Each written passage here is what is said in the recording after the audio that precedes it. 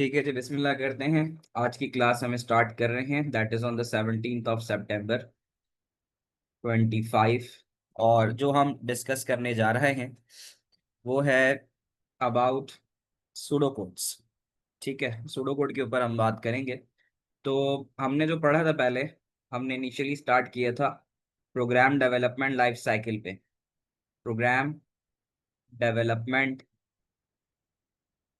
Life cycle, किसी भी programme को बनाने के लिए हमें क्या करना होता है, हमें एक साइकिल फॉलो करनी होती है, that is the program development life cycle. और वो साइकिल जब पूरी हो जाती है तो हमारा प्रोग्राम बन जाता है।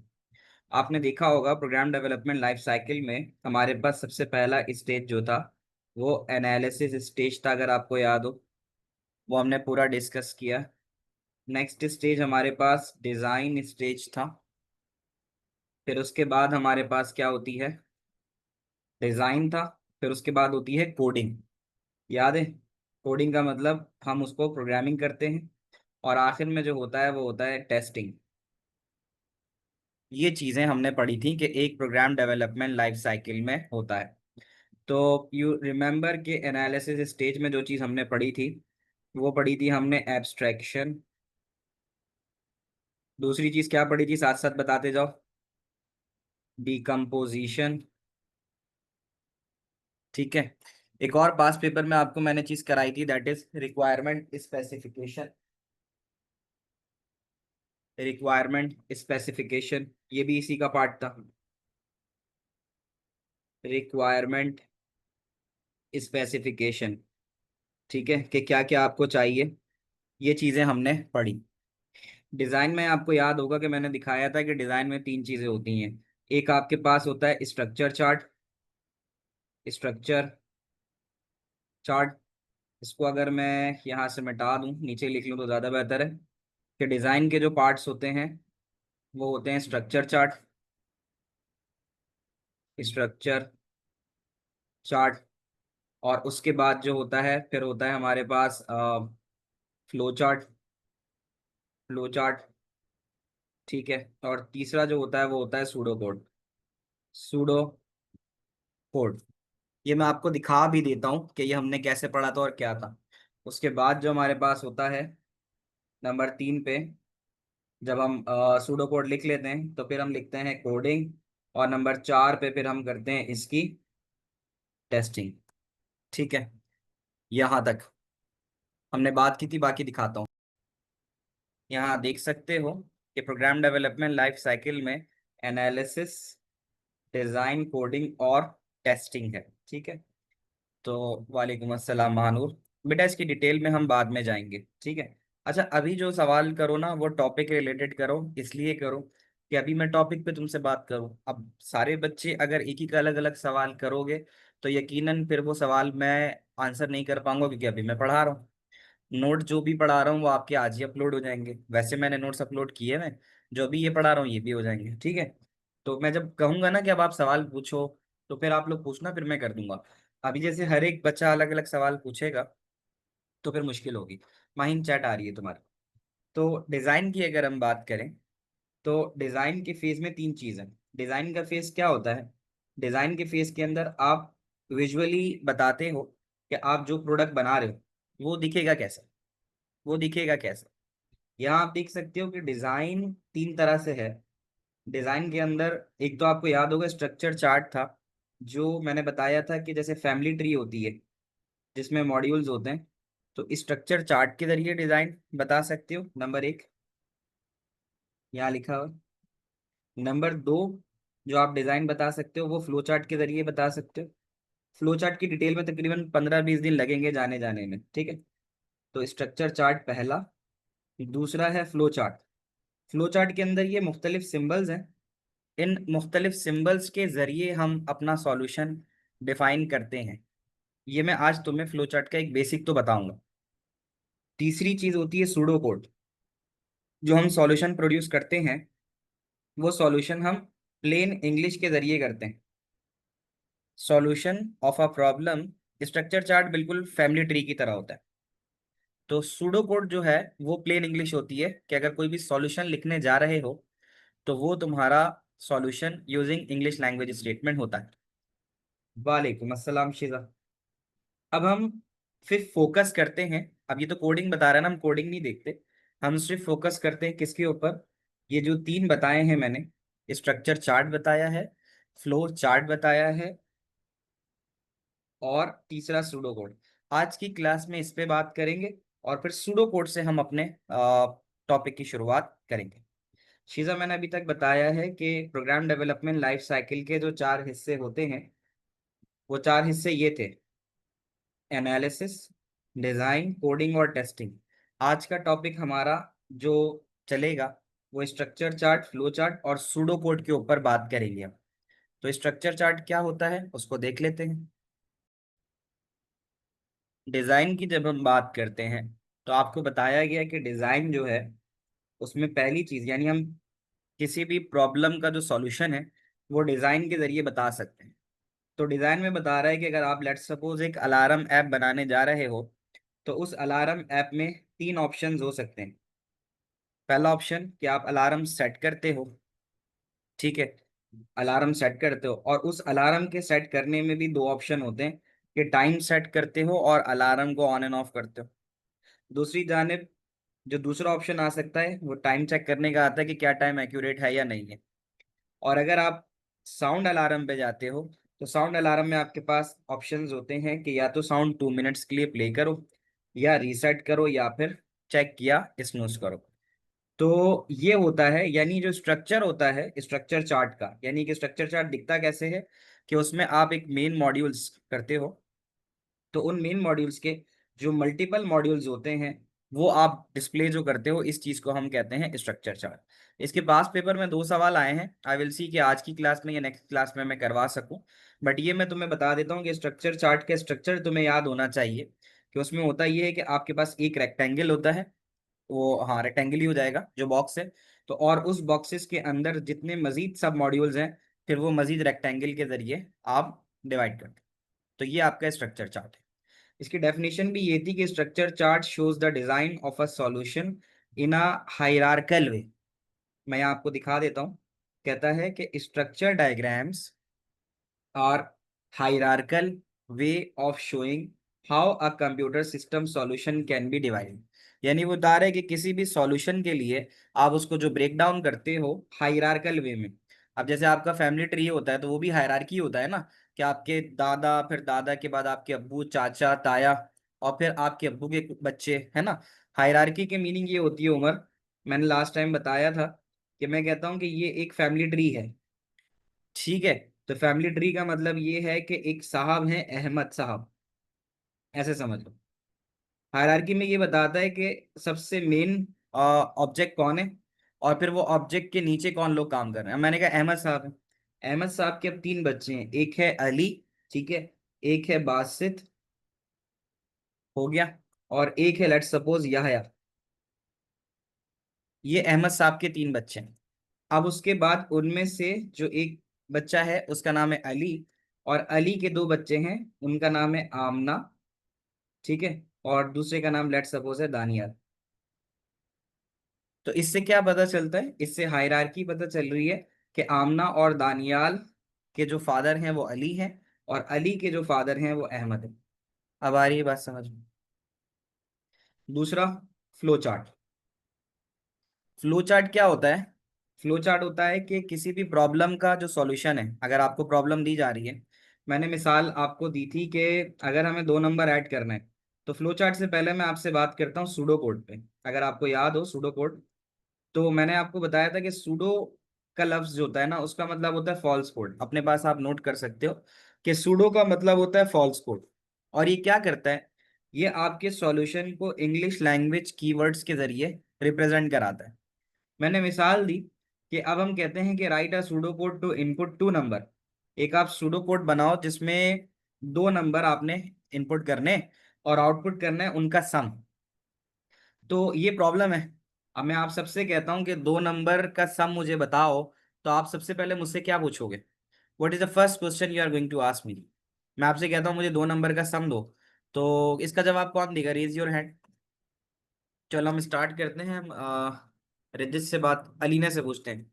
तो अलीना, तुम्हारे पास माइक एक्सेस है? माइक पे आओ। सलामकुम सर। वालेकुम अस्सलाम। अलीना, मैं आपसे कहता हूँ दो नंबर सम करो, तो सबसे पहले आप मुझसे क्या पूछोगी? तो मैं आपसे फर्स्ट नंबर मांगूंगी। आप बोलोगी सर आप मुझे नंबर तो दें, तो इसका मतलब है you will ask input A, और फिर उसके बाद दोबारा क्या करोगी?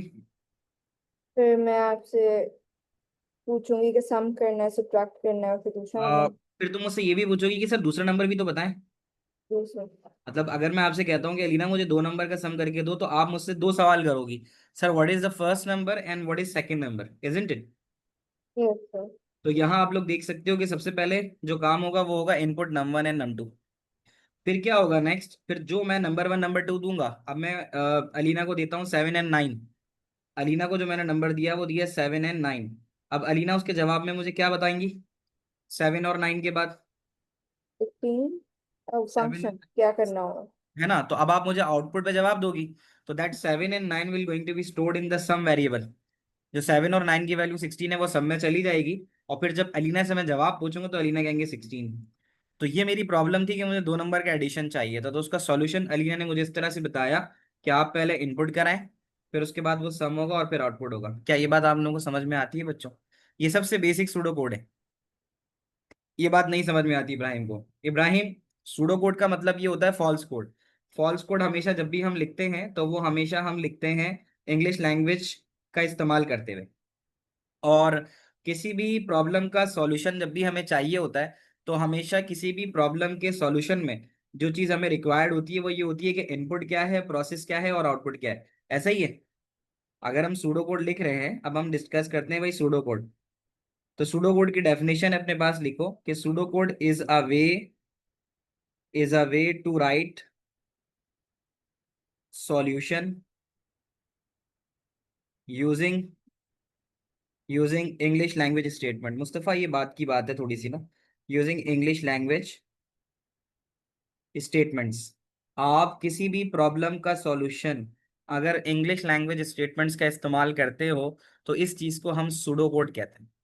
तो सूडो कोड की पहली चीज मैंने आपको यही बताई थी कि हमारे पास एक प्रॉब्लम थी कि मैं कहता हूँ कि राइट, अच्छा, जब भी सॉल्यूशन लिखा जाता है ना, किसी भी चीज का सॉल्यूशन लिखा जाता है, हाँ, ओनली इंग्लिश लैंग्वेज वर्ड्स। तो किसी भी चीज का सॉल्यूशन जब लिखा जाता है, when you write a solution to any problem, आप केमिस्ट्री या फिजिक्स के न्यूमेरिकल्स करते होगे, तो शायद आपके टीचर्स ने आपको बताया होगा किसी भी चीज के सॉल्यूशन के लिए वहां पर तीन चीजें रिक्वायर्ड होती हैं। नंबर वन, हमारे पास उसका इनपुट क्या है, लाइक क्या क्या चीजें हम इंटर कर सकते हैं। नंबर टू, उसको प्रोसेस कैसे किया जाता है। एंड नंबर थ्री, जब वो प्रोसेस हो जाए तो वो आउटपुट क्या देगा। क्या ऐसा होता ही नहीं होता? भाई आप भी मेरे पास अगर कोई प्रॉब्लम लेके आते हो, या आपके पास आपका दोस्त कोई प्रॉब्लम लेके आता है, तो आप पहला सवाल करते हो ना, भाई तुम्हारे पास क्या है, what you have, what data you have. तो वो आपको बताते हैं मेरे पास ये है। देन यू टेल देम कि हाँ भाई ये इसका प्रोसेस होगा, और इन दी एंड जब ये काम हो जाएगा तो इसका आउटपुट इस तरह से आ जाएगा। Do you agree everyone?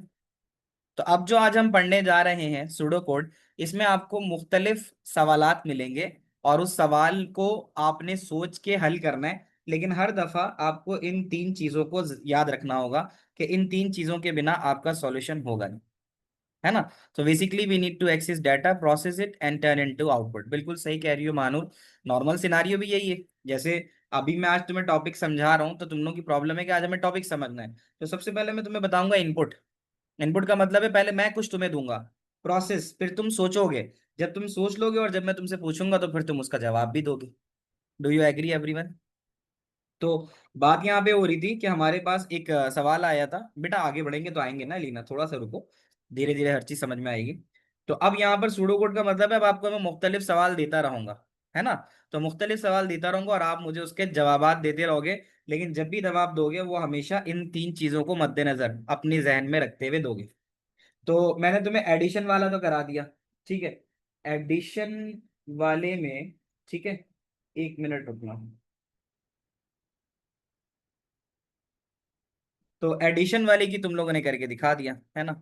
Input. अब मैं तुम्हें अगर एक सवाल नया देता हूँ तो, और तुम सबको दे रहा हूँ, और तुम लोग मुझे बताओगे कि इसका आंसर क्या होगा। मैं लिखता हूँ write a pseudo code, write a pseudo code to input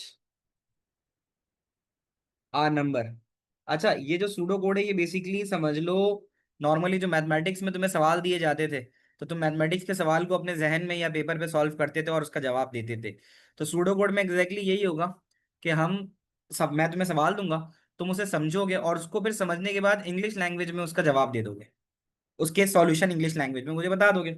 right a pseudo code to input a number and output, and output its square and cube.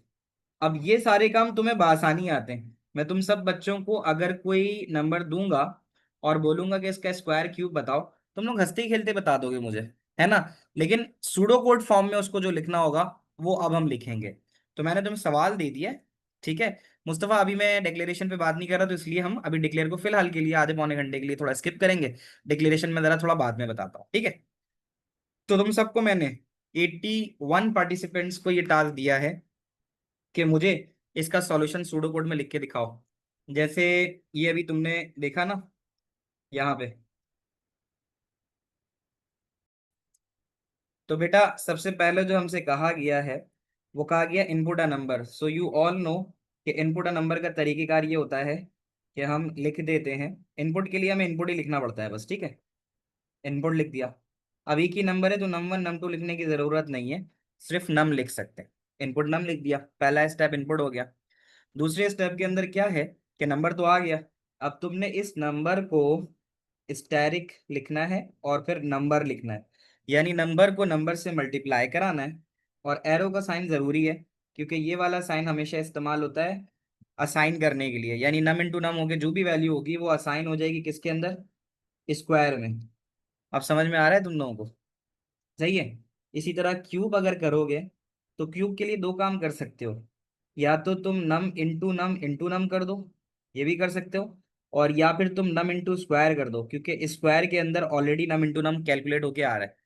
आप लोग समझ रहे हो मेरी बात? और आखिर में आउटपुट कर देंगे। और आउटपुट क्या करेंगे, स्क्वायर करेंगे और क्यूब करेंगे। बेटा आप लोग समझ पा रहे हो मेरी बात? समझ नहीं आया माहीन? तुम्हें कहता हूँ सेवन, सेवन का स्क्वायर बताओ, तुम क्या जवाब दोगे? माहीन 7 का स्क्वायर बताओ, क्या जवाब दोगी? 49। कैसे किया तुमने? पहले मैंने तुम्हें नंबर दिया इनपुट, ठीक है। तुमने उसी नंबर को उसी नंबर से मल्टीप्लाई करा दिया, तो 7 7 से 49 आ गया, तो तुमने मुझे उसका जवाब दिया, है ना। माहीन मुझे बताओ 3 का क्यूब क्या होगा? माहीन 3 का क्यूब बताओ। 3 3 जा 9 और 9 3 जा 27। ऐसा ही है, अगर आप 3 देते हो, देखो इसके अंदर जो वैल्यू है ना वो तो कुछ भी आ सकती है। तो अगर आपने 3 दे दिया तो 3 इंटू 3 होके सम के अंदर आ जाएगा, स्क्वायर में आ जाएगा 9। और अगर क्यूब करोगे तो 3 इंटू 3, 3 3 जा 9 और 9 3 जा 27, तो क्यूब के अंदर 27 आ जाएगा। आउटपुट का मतलब होता है कि जो भी रिजल्ट आया है उसको स्क्रीन पे ले आओ। तो स्क्वायर का जब रिजल्ट प्रिंट कराओगे तो 9 आएगा, और क्यूब का कराओगे तो 27 आएगा। बच्चों अब आई बात समझ में? ठीक है। अभी हम बाद में बात करेंगे मुस्तफा के बड़े के लिए क्या करना है नहीं करना, वो तुम सही कह रहे हो। अगर हमें बड़े के लिए करना है तो फिर हम उसको कैप लगा के 2 कर सकते हैं, दैट इज फाइन। अगर वो नंबर देता तो आई वॉज करेक्ट। राफी का क्या सवाल है? Do I have to write value as well? नहीं, तुम लोगों को वैल्यू नहीं लिखनी। ये भी एक बड़ा इंपॉर्टेंट सवाल है। ये जितना कुछ मैं राइट से लिख रहा हूँ ये तुम्हें समझाने के लिए लिख रहा हूँ। पेपर में तुम्हें जितना कुछ ग्रीन से लिखा है सिर्फ वो लिखना होगा। क्या तुम लोगों को ये बात समझ में आती है? महानूर जैसे तुमने लिखा है सही लिखा है। मैं एक छोटी सी बात आप लोगों को बताऊंगा, महानूर तुम ना ये खा गई हो। ये ऑपरेटर बड़े जरूरी हैं। ऑपरेटर से मुराद कि जो वैल्यू मल्टीप्लाई होगी तो उसके बाद जो जाएगी, तो जाने के लिए ये एरो बड़ा जरूरी है। ये असाइनमेंट ऑपरेटर होता है। ये सूडो कोड के अंदर इस्तेमाल होता है वैल्यू को वेरिएबल में डालने के लिए। अब वेरिएबल क्या होता है? ये साथ साथ जो जो चीजें मैं तुम्हें लिखवा रहा हूँ ना ये लिखते भी जाओ, ठीक है। वो नंबर नहीं देगा अमूमन अलीना, वो देगा तो फिर वो ट्रेस टेबल है, वो एक अलग चीज होती है। यहाँ पर मैं तुम्हें दो चीजें बता देता हूँ। Where is the process? बेटा ये प्रोसेस है स्क्वायर एंड कैलकुलेट क्यूब का, स्क्वायर एंड क्यूब का कैलकुलेट होना, इस चीज को प्रोसेस कहते हैं। अभी तुम लोगों को ऊपर बताया था ना मैंने कि हमारे पास किसी भी सूडो कोड के लिए सबसे पहले क्या होता है, इनपुट। इस इनपुट के बाद दूसरी चीज क्या होती है, प्रोसेस।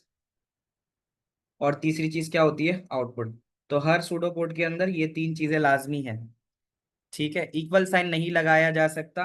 अगर कोई यहाँ पे इक्वल साइन लगाता है तो वो गलत हो जाएगा, क्योंकि सूडो कोड में इक्वल साइन इस्तेमाल इस चीज के लिए नहीं होता।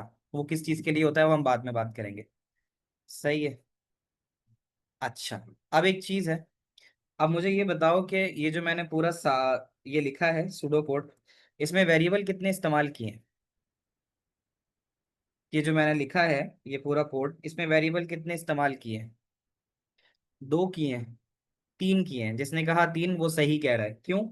इसमें एक वेरिएबल है बेटा मेरा नम, एक वेरिएबल है स्क्वायर, और एक वेरिएबल है क्यूब। ऐसे ही है। अच्छा, अब हम एक चीज और पढ़ेंगे। हमारे पास एक चीज होती है, जब हम कोई भी सूडो कोड लिखते हैं, तो सूडो कोड के अंदर जो भी इनपुट लेते हैं तो उस इनपुट की एक डाटा टाइप होती है। Data type. डाटा टाइप का मतलब कि ये किस तरह का डाटा रखता है। ये जो नम है इसका डाटा क्या हो सकती है, इसकी डाटा टाइप क्या हो सकती है? What is the data type of num? पहले इसको जरा समझ लो कि, हाँ, जिन लोगों ने पढ़ा है वो बता सकते हैं कि सर नंबर जो है ना वो एक इंटीजर है। नंबर जो है वो एक इंटीजर है। ये तुम्हारे पास जो नोट्स है ना, नोट्स का पेज नंबर, चैप्टर नंबर 7 है ये। ठीक है, उसका पेज नंबर 3 है ये, चैप्टर 8 का। नोट्स में चैप्टर 8 का पेज नंबर 3 है। तो जब भी आप कंप्यूटर को कोई डाटा दोगे, तो वो डाटा आपका, एक तो अगर नंबर है, ठीक है, तो इंटीजर कहलाएगा बिना डेसिमल के। इंटीजर क्या है, एक पॉजिटिव या नेगेटिव नंबर। अगर वो नंबर डेसिमल है तो वो रियल कहलाएगा, अगर डेसिमल रखता है।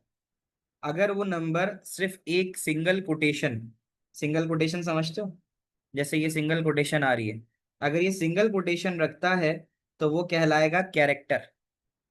कह भी रहा है character is a single character, अगर सिंगल कैरेक्टर है सिंगल कोटेशन में, कैरेक्टर है।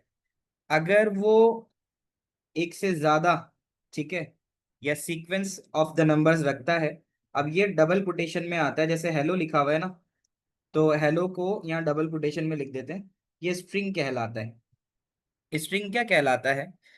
फ्लोट और रियल दोनों इस्तेमाल हो सकता है, बट रियल ज्यादा बेहतर इस्तेमाल होता है। स्ट्रिंग एक ऐसा नंबर होता है जिसमें बहुत सारे कैरेक्टर्स आते हैं, जैसे मेरा ईमेल एड्रेस, तुम्हारे घर का एड्रेस, तुम्हारा ईमेल एड्रेस, ये सब स्ट्रिंग कहलाता है। और बूलियन एक ऐसी डाटा टाइप है जो या तो ट्रू होगी या फॉल्स होगी।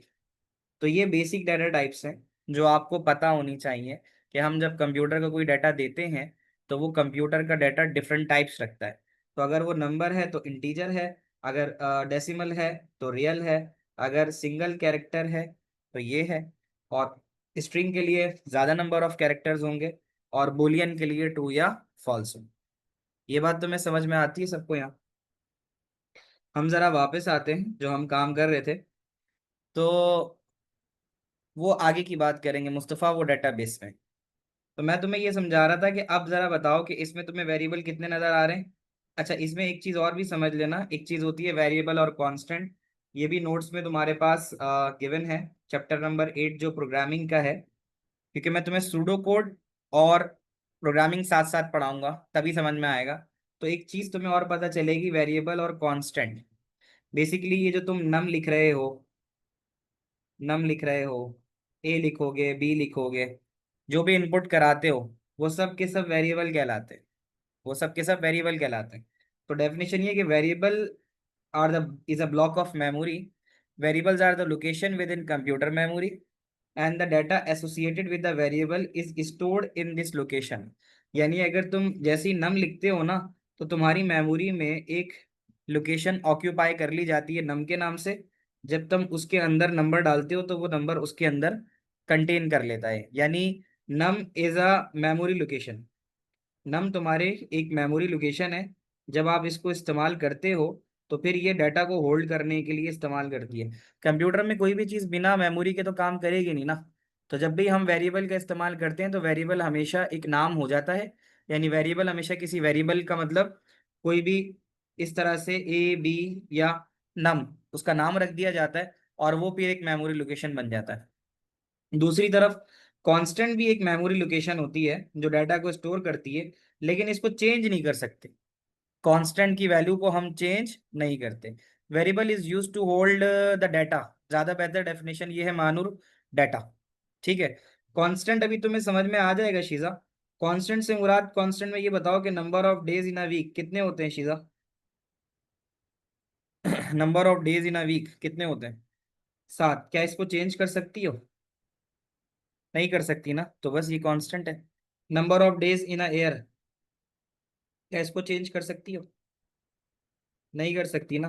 तो कांस्टेंट वो वैल्यू होती है जिसको चेंज नहीं कर सकते, है ना। मैं तुमसे कहता हूँ कि उसी की मिसाल है एक अगला सवाल। एक सवाल शुरू करता हूँ मिसाल के तौर पे, कि write a pseudo code. Write a pseudo code, और ये तुम सब कर सकते हो। Write a pseudo code to inter,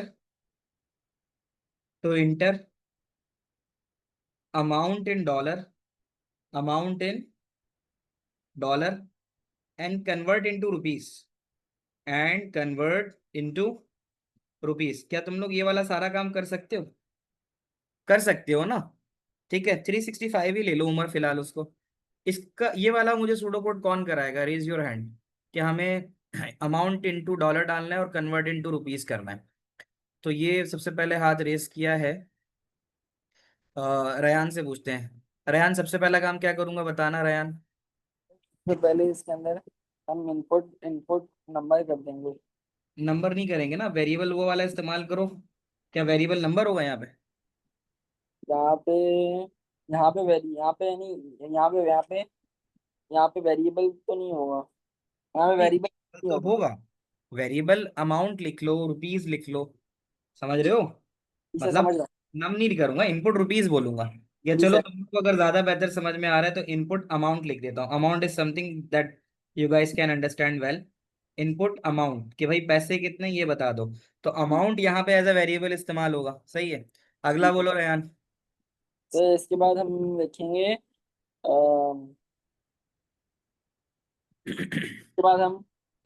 इसके बाद हम लिखेंगे कि प्रोसेस लिखेंगे। फिर एक एरो बना के लिखेंगे कन्वर्ट अमाउंट इन डॉलर। अच्छा थोड़ा सा रुको, इस्माइल तुम बताओ।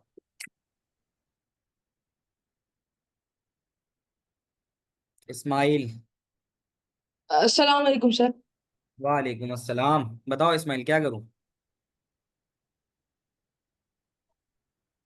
कहाँ सर अब गायब? हम लोग एक वेरिएबल, सर आवाज आ रही हाँ हाँ, बोलते जाओ बोलते जाओ। है? सर अब हम इसके अंदर एक वो वेरिएबल बनाएंगे। अमाउंट नाम रख सकते हैं, वरना कन्वर्जन इसके नाम रख सकते हैं। और हम्म, फिर जो हमारे पास कन्वर्जन का रेट है, हम उसको अमाउंट के साथ मल्टीप्लाई करेंगे। है ना। तो मैं कहता हूँ आज का जो रेट है वो लेट सपोज 288 रुपीज है। तो 288 इज अ कांस्टेंट वैल्यू। अब सही है, चेंज नहीं होगी ना। टू नहीं eighty sir. Eight is a fix value. 288 को क्या करेंगे हम? सर मल्टीप्लाइड बाय अमाउंट कर देंगे। है ना, जो भी अमाउंट है, $20 है तो 20 को मल्टीप्लाई बाय 288 कर देंगे। और स्टोर किस में करा देंगे? डॉलर के वेरिएबल में कर देंगे। जी सर। सही है। अच्छा चलो महानूर, अब आप बताओ। ऑनलाइन महानूर। सर। हाँ जी पूछो। महानूर, आगे क्या करूं?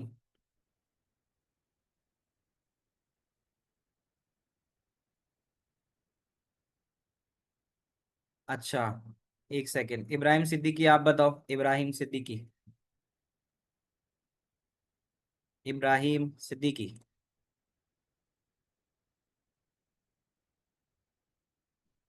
अच्छा, तुम्हारी जी बहन सर बहुत आवाज स्लो आ रही बता रही है। है। अरे भाई, तुम तो नहीं भी बोलोगे तब भी आ जाएगी। अब बोलो, आगे क्या बोले? अब आखिरी बताओ क्या करूं?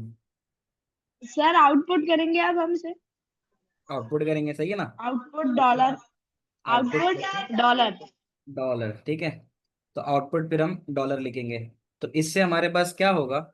मिसाल के तौर पे अमाउंट में हमने डाला है 20। तो अब क्या होगा? That 20 will multiply by 288।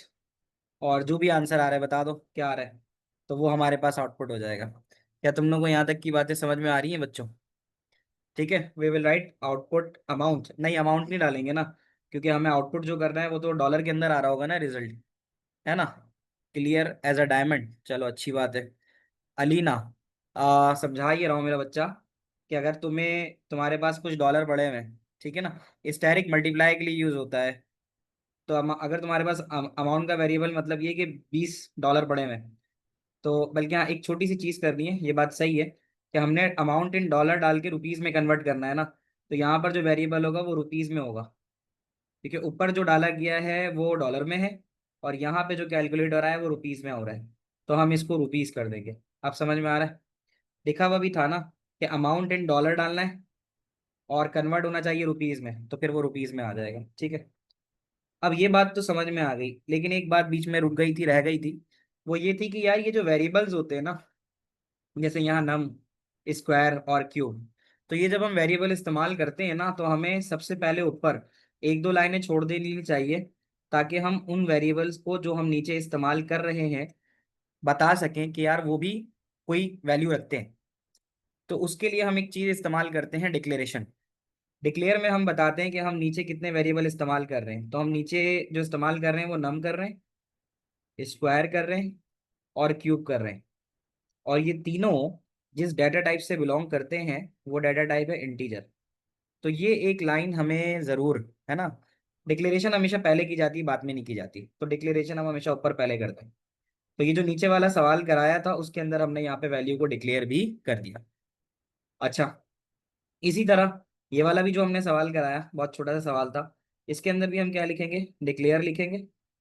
और डिक्लेयर लिख के क्या क्या वेरिएबल इस्तेमाल कर रहे हैं, अमाउंट का वेरिएबल इस्तेमाल कर रहे हैं और हम वेरिएबल इस्तेमाल कर रहे हैं रुपीस का, बस ये दो ही टोटल वेरिएबल इस्तेमाल कर रहे हैं, ठीक है। और इसको अब हम जो है जिस वेरिएबल से लिखेंगे उसको रियल लिखेंगे। रियल इसलिए लिखेंगे कि हो सकता है हम वैल्यू डेसिमल में भी डाल दें, तो रियल जब हम इस्तेमाल करते हैं तो इसका मतलब ये होता है कि वैल्यू विद डेसिमल भी आ सकती है। और जो 288 का इस्तेमाल किया हमने, that 288 is the value which is constant. But यहाँ पे तो हमने डायरेक्ट नंबर का इस्तेमाल कर लिया, तो फिर कांस्टेंट को डिक्लेयर कराने की जरूरत नहीं है। हाँ, अगर ये होता कि हम इस 288 के बजाय अगर हम ऊपर लिखते डॉलर और एरो डाल के 288 लिखते, ठीक है ना, तो फिर हम उसको कांस्टेंट डिफाइन करते, ठीक है। तो अगर तुम्हारे पास सवाल छोटा है ना, 4 मार्क का है, तो वहाँ डिक्लेरेशन नहीं करते। उमर को डिक्लेरेशन नहीं समझ में आई। उमर, आसान लफ्जों में जो भी तुम्हारे प्रोग्राम में वेरिएबल्स इस्तेमाल हो रहे हैं, तुम्हें ऊपर उन वेरिएबल्स के बारे में बताना पड़ता है कि वो वेरिएबल्स किस टाइप के हैं, तो इसके लिए हमें ऊपर डिक्लेरेशन करानी पड़ती है। उमर, माइक पे एक्सेस दे रहा हूँ, जरा माइक पे आओ उमर। जी सर। हाँ उमर, मैं ये कह रहा हूँ, हम अपने प्रोग्राम में जितने भी वेरिएबल्स का इस्तेमाल करते हैं ना, हमें उसकी ऊपर एक डेफिनेशन देनी होती है, उस डेफिनेशन को हम डिक्लेरेशन कहते हैं। तो तरीकेकार ये होता है कि डिक्लेयर लिखने के बाद जितने भी वेरिएबल इस्तेमाल हो रहे हैं, जैसे अमाउंट हो रहा है, रुपीज हो रहा है, तो वो लिखने के बाद बस उसकी डाटा टाइप लिख देते हैं, तो इस चीज को हम कहते हैं कि हाँ भाई हमने डिक्लेरेशन कर दी। अलीना, डिक्लेरेशन अगर 6 मार्क का सवाल है तो फिर हम उस पर डिक्लेरेशन कर देंगे, अगर 2-3 मार्क का सवाल है तो फिर हम उस पर डिक्लेरेशन नहीं करेंगे। क्या तुम लोगों को सबको यहाँ तक की सारी बातें समझ में आ रही हैं जवानों? हम सर, हाँ जी। तो हम रियल की जगह इंटीजर भी लिख सकते थे। हाँ लिख सकते हो, मैंने इसलिए लिख दिया जस्ट फॉर सेफ साइड कि अगर मैं वैल्यू डेसिमल में दे रहा हूँ, जैसे मैं कहता हूँ मेरे पास अभी $17.5 पड़े हुए हैं, तो फिर रियल काम करेगा, ठीक है सर। तो मसला नहीं है, इंटीजर और रियल हम इस्तेमाल कर सकते हैं। अब हम एक थोड़ा सा जादू करेंगे। आ, हमने जो लिखा है ना, हमने 3 सूडो कोड लिखे हैं, एक ऐड करने का, एक स्क्वायर का और एक क्यूब का। अब हम जो हमने किया है ना काम, अब हम उसको जरा देखते हैं लाइव कि यार वो चलेगा तो कैसे चलेगा। अभी जैसे मैंने तुम्हें वो सिर्फ लिख के दिखाया है, लिख के दिखाने का मतलब है अब तक की मैं जितनी तुमसे बातें कर रहा हूँ वो बातें हैं बेसिकली एब्स्ट्रैक्शन की, कि मैं कह रहा हूँ कि तुम सिर्फ फर्ज करो कि ऐसा हो रहा है, लेकिन वो हो कैसा रहा है, हकीकत में कैसे होगा, वो मैं तुम्हें अभी करके दिखाता हूँ। तो तुम्हें याद होगा कि मैंने बताया है कि जो भी तुम काम करो उस काम के लिए सबसे पहला काम क्या करो, डिक्लेरेशन का। तो डिक्लेयर हो गया। अभी हमारा जो वो है टास्क है, वो ये है कि सम करना है हमने। तो सम करने के लिए तुम्हें याद है कि हमने num1 और num2 लिए थे, डू यू रिमेम्बर? ठीक है, अच्छा, अभी मैं चाहूंगा कि एक बच्चा मेरे साथ लाइन पे रहे। तो मोहम्मद सुलेमान, माइक पे आओ। मोहम्मद सुलेमान आ गए?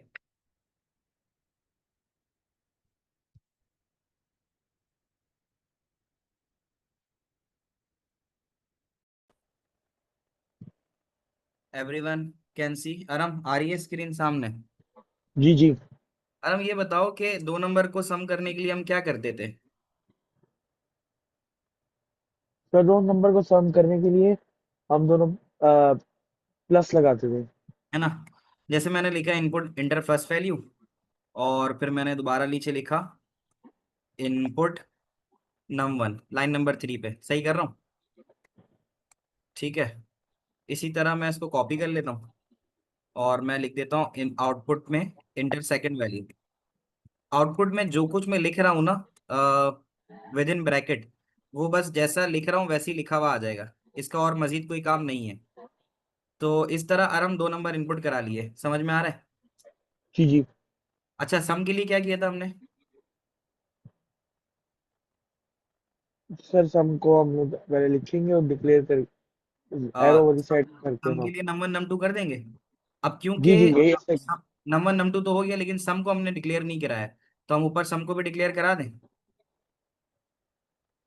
सही है ना? और आखिर के जी अंदर क्या करते हैं, आखिर के अंदर जो सम की वैल्यू उसको आउटपुट करा दें। तो हम यहाँ लिख सकते हैं सम ऑफ टू नंबर्स आर, और इसके बाद कॉमा लगा के, अच्छा आउटपुट के हाँ अंदर जी। तो ठीक है, और हम फिर सम की वैल्यू आउटपुट करा दें। कैसे ही है? जी जी सर, इस तरह करना पड़ेगा। तो ये देखो एग्जैक्टली ये सूडो कोड जो हमने किया था ना, अब मैं इसको चलाऊंगा तो ये चलेगा। अब हमने इसको एग्जीक्यूट किया, रन किया, राइट साइड पे देखना इसकी आउटपुट विंडो आएगी। ये क्या कहेगी। आपसे स्क्रीन पे फर्स्ट वैल्यू मांग रहा है? जी मांगे। मैंने 23 दे दी। देखो राइट साइड पे 23 ले गया वो। दोबारा 45 दी, 45 ले ली। और sum of two numbers are, sum में मसला आ रहा है, क्या कह रहा है? Did you forget to use an operator? हाँ। तो इसमें छोटा सा काम ये होगा कि यहाँ पर हमें कॉमा डालना पड़ेगा। मतलब वो एरर इसलिए आ रहा है कि यहाँ पे इन्वर्टेड कॉमा के बाद कॉमा डलेगा, फिर सम आएगा। तो अब हम इसको चलाएंगे तो ये चल जाएगा। तो छोटी मोटी सिंटेक्स की गलतियां हो सकती हैं। सिंटेक्स का मतलब होता है रूल्स एंड रेगुलेशंस। अगर रूल्स एंड रेगुलेशंस फॉलो करेंगे तो सही चलेगा। देखो मैंने 23 डाला, चला गया। मैंने 45 डाला, चला गया। क्या मुझे नीचे हम दोनों का सम करके सही दे रहा है? जी सर। है ना? तो मुबारक हो, आज आप लोगों ने अपना पहला कोड समझ लिया और लिख लिया। हाँ जी, कैसा लगा? तो pseudo code is what we write in the paper as a solution, और हम जो वहां लिखेंगे हम इसको यहाँ चला के भी देख सकते हैं। तुम लोग को समझ में आ रहा है भाई? तो मैं इसकी एक स्क्रीनशॉट ले लेता हूँ और ये मैं ग्रुप में भेज देता हूँ ताकि तुम लोग को याद रहे। और फिर हम इसी तरह आगे 2 और किए थे हमने सवाल। कौन कौन से थे बताओ? जल्दी से बताओ सम के बाद। और अब कौन बच्चा आएगा मेरे साथ माइक पे? शाबाश, बताओ। Who is coming next? Amina Haris. आप आ जाओ बेटा। अमीना हारिस, हाँ जी कुछ बोलो। आवाज आ रही है? हेलो। माइक ऑन है लेकिन आवाज कम आ रही है बेटा आपकी। अच्छा। उमर, और कौन है? ख्वाजा माज, ख्वाजा माज आप आ जाओ। ख्वाजा माज, एक्सेस है आपके पास? आ रही है आवाज ख्वाजा माज? हाँ जी बोलो कुछ, ख्वाजा माज। सलाम सर। वालेकुम अस्सलाम। ख्वाजा माज, अगला सवाल हमने किया था स्क्वायर एंड क्यूब वाला। इसको हम स्क्वायर क्यूब में कैसे चेंज कर सकते हैं, इसी कोड को? स्क्वायर एंड क्यूब में हाँ। स्क्वायर क्यूब के लिए कितने नंबर देने थे हमें? स्क्वायर क्यूब एक ही नंबर तो देना था। नंबर तो एक ही था, जी है ना? जी। तो हम कह सकते हैं इंटर फर्स्ट वैल्यू के बजाय हम सिर्फ लिख सकते हैं इंटर वैल्यू, ताकि वैल्यू इंटर कर दे। स्क्वायर के लिए क्या तरीका बताया था मैंने? स्क्वायर के लिए नंबर को नंबर से मल्टीप्लाई कराते हैं। मास समझ में आ रहा है? जी सर, सर असल में लेट आता हूँ। अच्छा, नम इंटू नम हो गया। और क्यूब के लिए क्या करेंगे?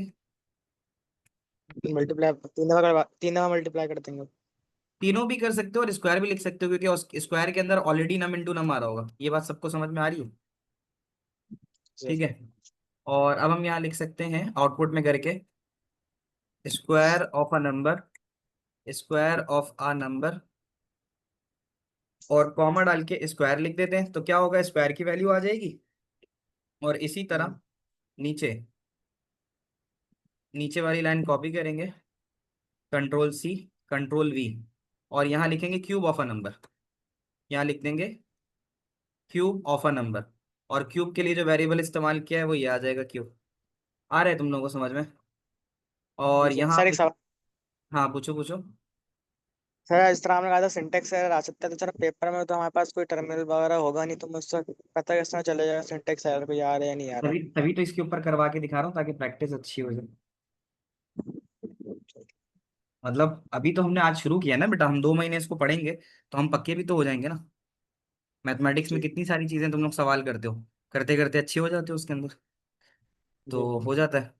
अभी हम इसको जरा शुरू करते हैं, ठीक है? रन करेंगे। रन करने के बाद हमसे ये पहली वैल्यू लेगा। अब जैसे यहाँ से छोटी मोटी गलती हमें बता रहा है, तो हम देख लेते हैं। कहता है square has not been declared. तो ऊपर मैंने स्क्वायर और क्यूब को डिक्लेयर नहीं कराया है, तो यहाँ तो अच्छी बात है ना? स्क्वायर भी करा देंगे और क्यूब भी करा देंगे। तो जो जो वेरिएबल हमें इस्तेमाल करने होते हैं, हमें ऊपर उसकी डेफिनेशन देनी होती है। तो अब हम करेंगे, तो अब ये चलेगा। अब चलने के बाद ये कहता है पहली वैल्यू दो, square into num, no value has been assigned to integer num. हाँ, एक बात तो है कि हमने मैसेज तो करवा दिया कि इंटर वैल्यू करो, लेकिन हमने इनपुट थोड़ी लिया है। तो इनपुट भी ले लेते हैं और इनपुट नम कर देंगे। इनपुट नम लेगा तभी तो चलेगा। ठीक है। यहाँ पे कुछ चीजें ऐसी भी हैं जो मैं थोड़ा पर्पसली छोड़ रहा हूँ, क्योंकि जितनी ज्यादा गलतियां तुम्हारे सामने दिखेंगी ना, तुम्हें याद रहेंगी। अब जैसे इंटर वैल्यू कह रहा है, तो इंटर वैल्यू में अगर मैं 3 डालता हूँ तो ये ओके करेगा। इसने 3 लिया और राइट साइड पे देखो उसका स्क्वायर 9 और उसका क्यूब 97 दिया। क्या ये सही काम कर रहा है, बताना मुझे। सब बताओ। सबको समझ में आ रहा है? मजा आ रहा है कोडिंग थोड़ा समझ के, सूडो कोड समझ के? हालांकि ये मैं तुम्हें सिर्फ सूडो करा रहा हूँ, पाइथन अलग होगी। तो अभी मैं पाइथन इसलिए नहीं करा रहा कि तुम लोग खिचड़ी ना बन जाए तुम्हारे जहन में। तो सूडो कोड इसलिए क्योंकि पढ़ाया है, इसको चला के भी दिखा दिया, ताकि तुम्हारी अंडरस्टैंडिंग अच्छी हो जाए। यहाँ तक बताना बच्चों, कैसा चल रहा है सब? हमने 3 सवाल जो हैं पढ़े थे, और उन 3 सवालों में से 2 हमने अभी कर लिए। ठीक है। एक आखिरी रह गया, कौन सा वाला था? और अब मेरे साथ कौन आ रहा है माइक पे, जल्दी बताओ। कौन रह गया था? अच्छा जी, अर्शमा रेहान, आप आ जाओ। अर्शमा रेहान। अस्सलाम वालेकुम सर। वालेकुम अस्सलाम। अर्शमा, तीसरा वाला कौन सा किया हमने? अमाउंट इन डॉलर वाला, करेंसी वाला, है ना? अमाउंट इन डॉलर हाँ, तो उसका बताओ, उसके लिए क्या मल्टीप्लाई की। चेंजेस करूँ? उसके लिए क्या क्या चेंजेस करूँ यहाँ?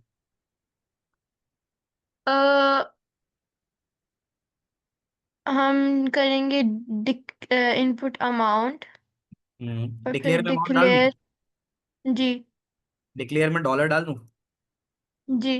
है ना? अच्छा, तो इंटर वैल्यू की जगह लिख देते हैं इंटर अमाउंट। जी। इंटर अमाउंट, अमाउंट इनपुट करा दिया। अब क्या करूं? अब डॉलर जो अमाउंट की वैल्यू है, जो अमाउंट की वैल्यू है, इसको क्या कर देते हैं? 280 290 जो भी समझ में आ रहा है उसके साथ मल्टीप्लाई करा देते हैं। सही किया। जी। और आउटपुट क्या कराना है? Amount in rupees. सर तो आपने प्रीवियसली करवाया था कि डॉलर। पहले इंटर अमाउंट कराया था ना जी। मैंने। तो जो भी अमाउंट है वो इनपुट हो जाएगा, और फिर उस अमाउंट को जब 290 से करोगे तो वो रुपीस आ जाएगा। अगर तुम डॉलर कह रही हो ना, तो चलो इसको हम डॉलर सेलेक्ट कर लेते हैं, ऐसे कर लें। अब सही है, यही कह रही हो ना तुम? जी। यानी डॉलर करवा दें, चलो। डॉलर का मतलब है कितने डॉलर है, सही है। और रुपीस का भी इस्तेमाल होगा। तो अब हमने कर दिया, अब हम करते हैं अमाउंट इन रुपीस, और वेरिएबल में रुपीस डाल देते हैं। अर्शमा, समझ में आ रहा है? जी। तो बस ये हो गया। इसको भी चला के देख लेते हैं।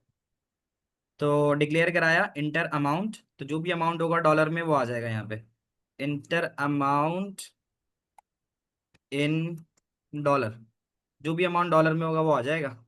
और उसके बाद जो है उसको 290 से मल्टीप्लाई करा के रुपीज में कैलकुलेट हो जाएगा। चलाते हैं इसको।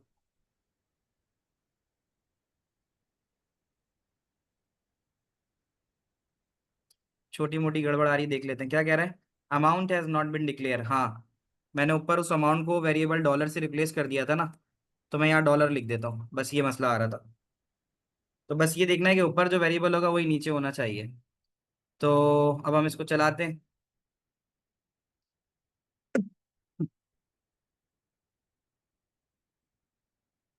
इंटर अमाउंट इन डॉलर, तुमने कहा मेरे पास $30 है और ओके किया, उसने 30 को 290 से मल्टीप्लाई करा के अमाउंट इन रुपीस बता दिया।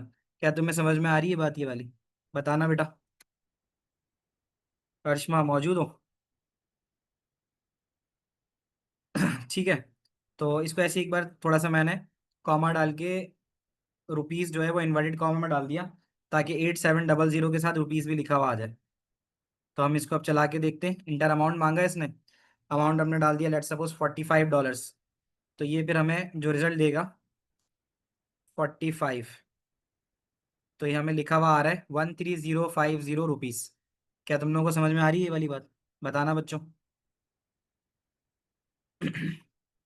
तो शिजा, यहाँ तक का समझ में आया? तुमने बोला था ना कि सर इसको सूडो कोड के ऊपर चला के दिखा दें। समझ में आ रहा है?